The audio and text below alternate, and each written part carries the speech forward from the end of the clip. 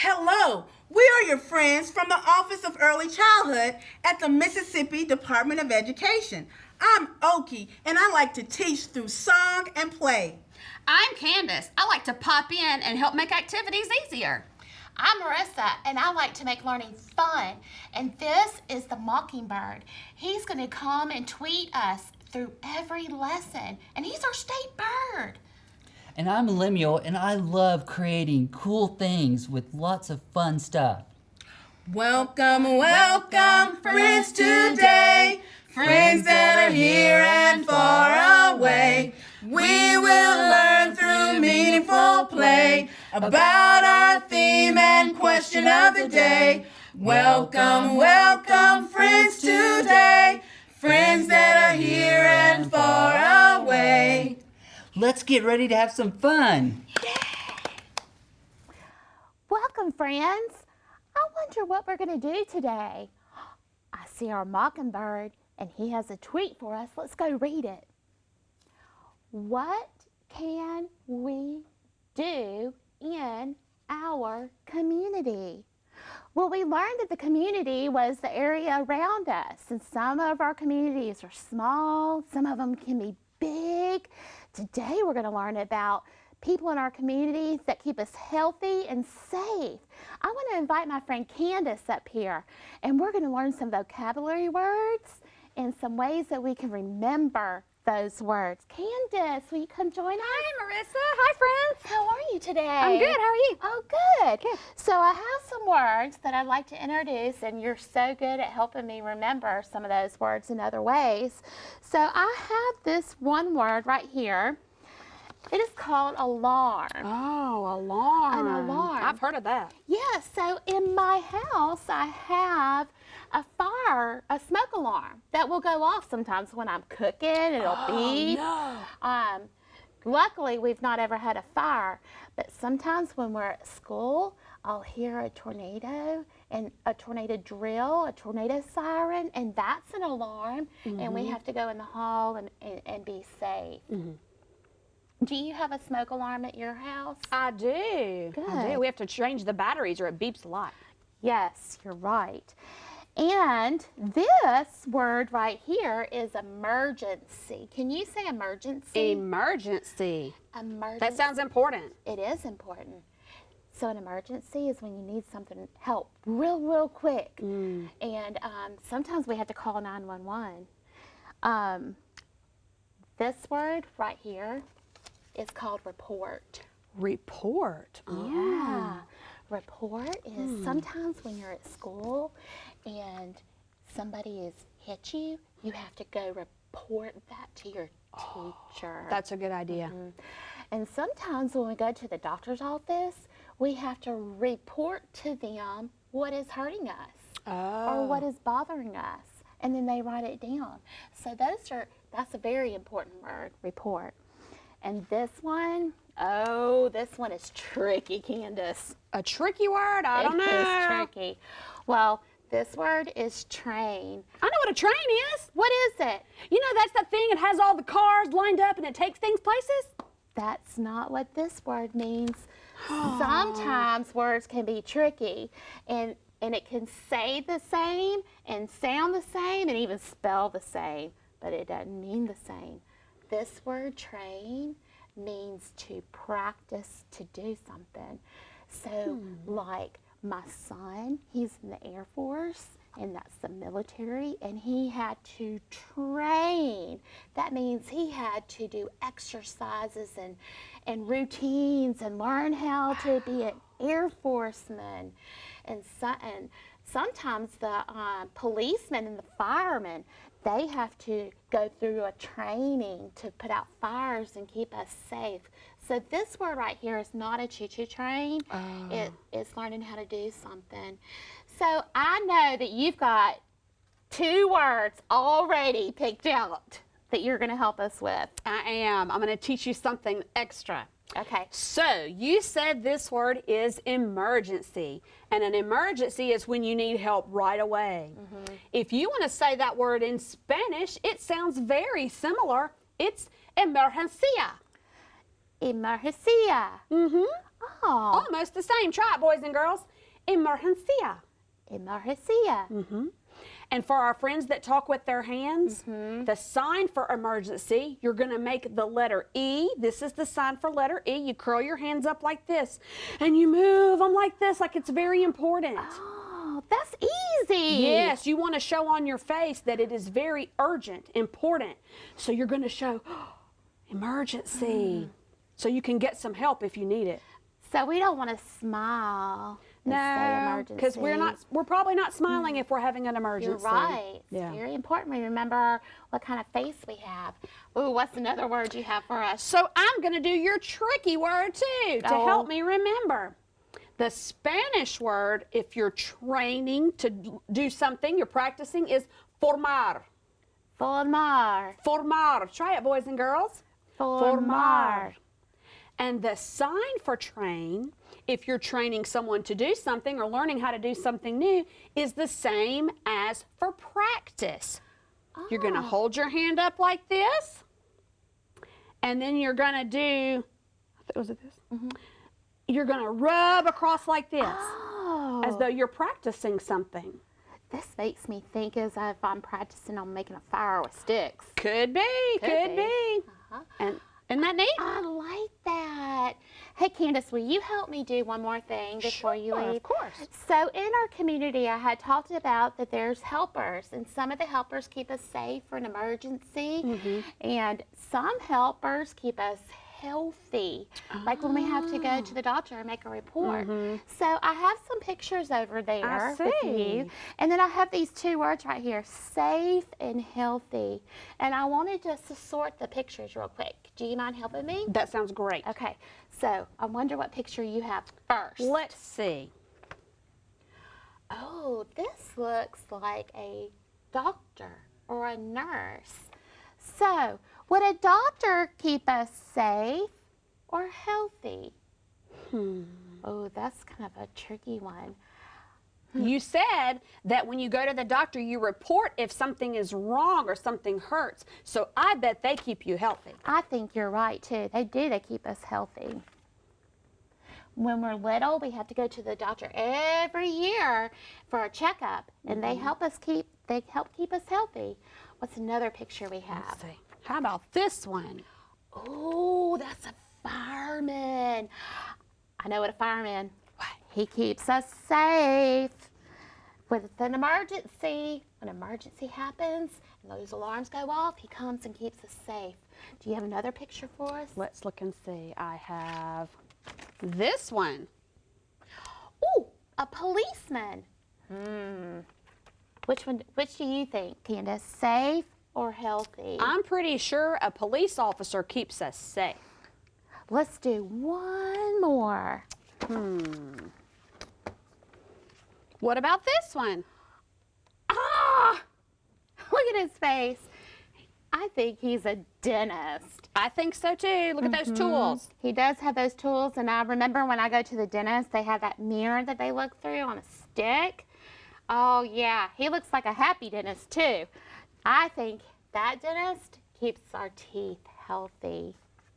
So Candace, thank you so much for helping us today. Sure. Talk about the sorting our pictures, and we learned some vocabulary words. And our friend Lemuel, he has a wonderful art activity. That's exciting. I know, I can't wait to see what he has in store for us. Will you come back and join us later? I will. Have a great time. Hi, See you thanks. later. Bye, Candace. Hey, friend. Hey, Lemuel, how are you? Hey, friends. How y'all doing? Good. We've been talking about what can we do in our community. I can't wait to see what kind of art you have for us today. So, you had talked about helpers, right? People in our community that help us and keep us safe and healthy. Well, when you're working with those or you're talking with those important people in your community, sometimes you have to tell them important information about you. And so for me, being a visual learner, I created some symbols around those around the information that would help you. Okay. But also, think about the symbols you see in the community. There's signs around your favorite restaurants and places you go and shop and do business with. There's also symbols around like the fire department, the doctor's offices. There's all these signs and symbols. And sometimes they're in words, sometimes they're in visual images. So I brought some in my portfolio I have here.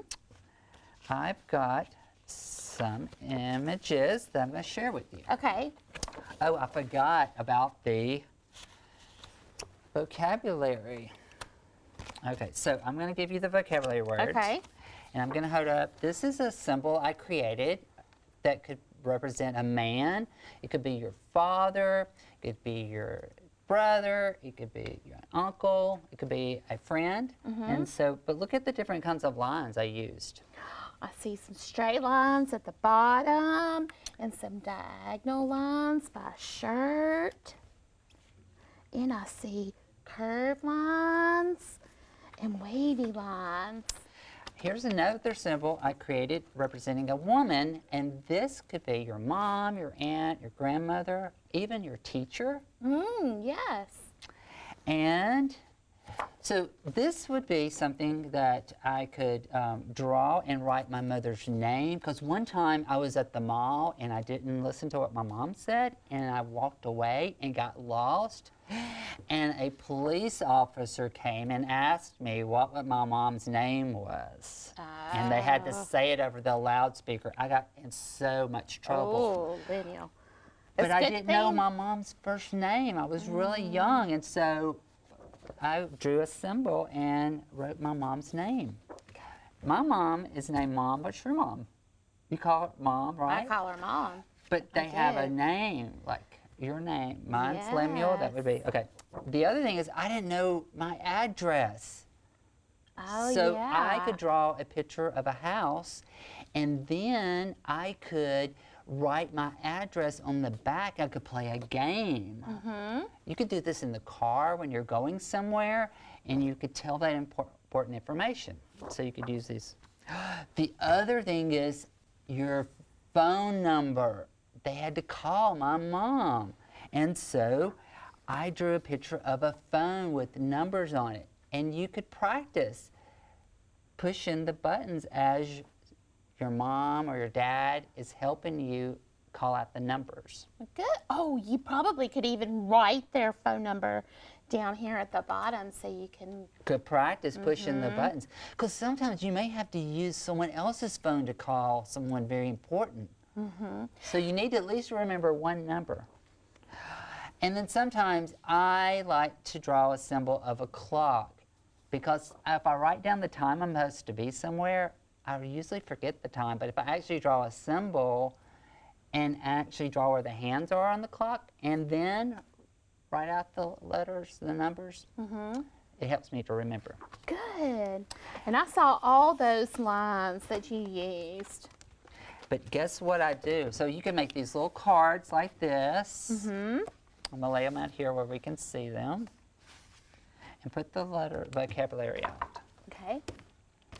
So you could create these cards like this.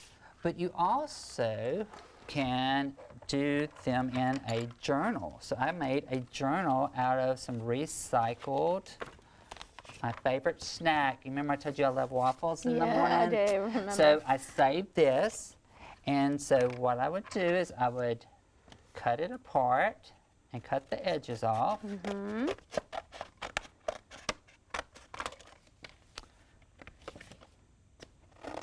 Open, close, open, close, open, close, open, close. Oh, See yeah. how I cut that? Uh-huh. Voila! There you have it, a little book. Oh, yes. And then you could punch some holes in it. And on this one that I created, I put a paper clip. You could use paper clips, you could use a rubber band, you could use string. I used a pipe cleaner. And I put some paper in here that I could write important things to remember, and I could draw my pictures with it as well. And this is something you could carry with you too while you're in the car, and you can practice remembering and look at the symbols and see if you can recall that information. Sometimes just seeing a simple symbol will help you to access that imagination and where that information is hidden. So one time, Lemuel, can I share this with you real quick? Yes. So my little boy, he had to learn his phone number, and I put my phone number right here, and then he went onto another phone in another room because he has a brother, and he dialed on a real phone, and he called me. So I knew that he could call me if he needed me. So you could draw a phone, and it's a horizontal line, 2 vertical lines, and another horizontal line, and then you draw the little buttons that will help you to remember which ones you need to press. Because I remember having to, that was the first number I had to remember was my home phone number. Yes. And you could push the buttons. So there's an example. So thank you for letting me come and share some creative ways to use visual images and symbols to help you remember important information. Create your own symbols, try it at home, write the information, play a game with your friends or your parents, and you will always know things you need to tell people in case you get lost. Yes, or you have an emergency. That's one of our words. Yes. Lemuel, thank you so much for helping us learn how important it is to know our parents' names, and they're not just mom and dad, and that they have a phone number and we have an address. Yes. Can we give you an alligator clap? An alligator. Yeah, you open it really big wide. one. Yes, just like that. Thank you, Lemuel. Thanks, so bye. much. So, now, I know that there's all kinds of books that we can go visit or we can check out at the library. And one of my favorite books is about a fire station. And it's a nonfiction book. And it talks about how the fire engine has a ladder and it goes straight up to the sky. And you know what? Our friend Okie down on the coast, she went and visited a real fire station and interviewed a real fireman. Let's take a look. Hello friends, we're live in Gulfport, Mississippi at one of our local fire stations in our community, Fire Station number 7. And I have with me Fireman Tarek Fields. Hello, Mr. Fields. Hello, how are you doing? Can you give us some information about your job and how you keep our community safe? I've been with the Gulfport Fire Department since 2013, and I love what I do. It allows me to help the community. It's a very rewarding job. My job also requires me to be an EMT basic, which is basically when you see a fire truck at a house or something, and there's not a fire, we're usually doing a medical call, and we handle patients such as we may have performed CPR. It may be wounds, any type of trauma such as a car wreck. We also do extrications as well, and that's one of the requirements of our job. Also, I'm a certified confined space and rope rescue technician. If somebody's trapped in a small area or a small confined space, it's my job to know how to save that person without incident. Also, if somebody's trapped on top of a multi-story building, or they could be on the edge of a cliff, it is also my job to be able to rescue that person without incident as well. All right, this is our engine for Station 7, and it's called Truck 2. And this truck has a 78-foot ladder up top for multi-story rescue. This truck holds 500 gallons of water. That may sound like a lot, but in case of a fire, that's not really a lot of water. Also, if you take a look over here, this is our structural firefighting gear. This is the jacket that I wear to keep me safe in the fire. These are my boots to keep me safe, and this is my hood, and it keeps my ears and my neck and my face from getting burned in the fire. And this is my helmet that keeps me safe in case something falls on my head or I bump my head anywhere in the fire. Also, I want to show you some of the cool tools that we have on this truck. This is our air pack that we use when we're inside of a house fire. It helps us to breathe when there's a lot of smoke. If there's a really bad car wreck or vehicle accident, we can use these tools that people call the jaws of life. We can actually cut cars up with these, and we can use this to rescue somebody that's trapped in the car that's badly damaged. These are our saws in case we need to cut a hole in the roof to let the fire out, let some of the smoke out of the structure. And this is almost like a hotel room back here. You can see this is where the firefighter that sits in the back, he normally sits here with his gear ready to go. There's our air packs. You have two right there. And this is where the company officer normally sits at. He's responsible for making sure everybody does their job correctly and efficiently. And right here is where I sit as the driver operator. I'm responsible for driving this truck, and if there's a fire, I'm responsible for making sure that the guys that are getting ready to fight the fire have water and their hose lines are deployed for them to fight fires. And I will show you some of the hose lines.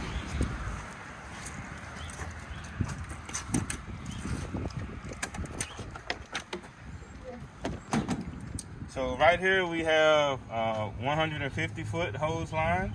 This is a 200-foot hose line. And this gives us plenty of length in case there's a really big house and we need to go in and put a fire out. Well, Fireman Targ Fields, we'd like to thank you for your service in keeping our community safe. And we brought you a little happy. This is a box of goodies with fruits and vegetables. Thank you so much. Well, that's it for us. I'm Okie Dokie, who likes to hokey pokey. Back to you, Marissa. Thank you, Okie, for sharing that wonderful video with us and taking time to go visit the fire station.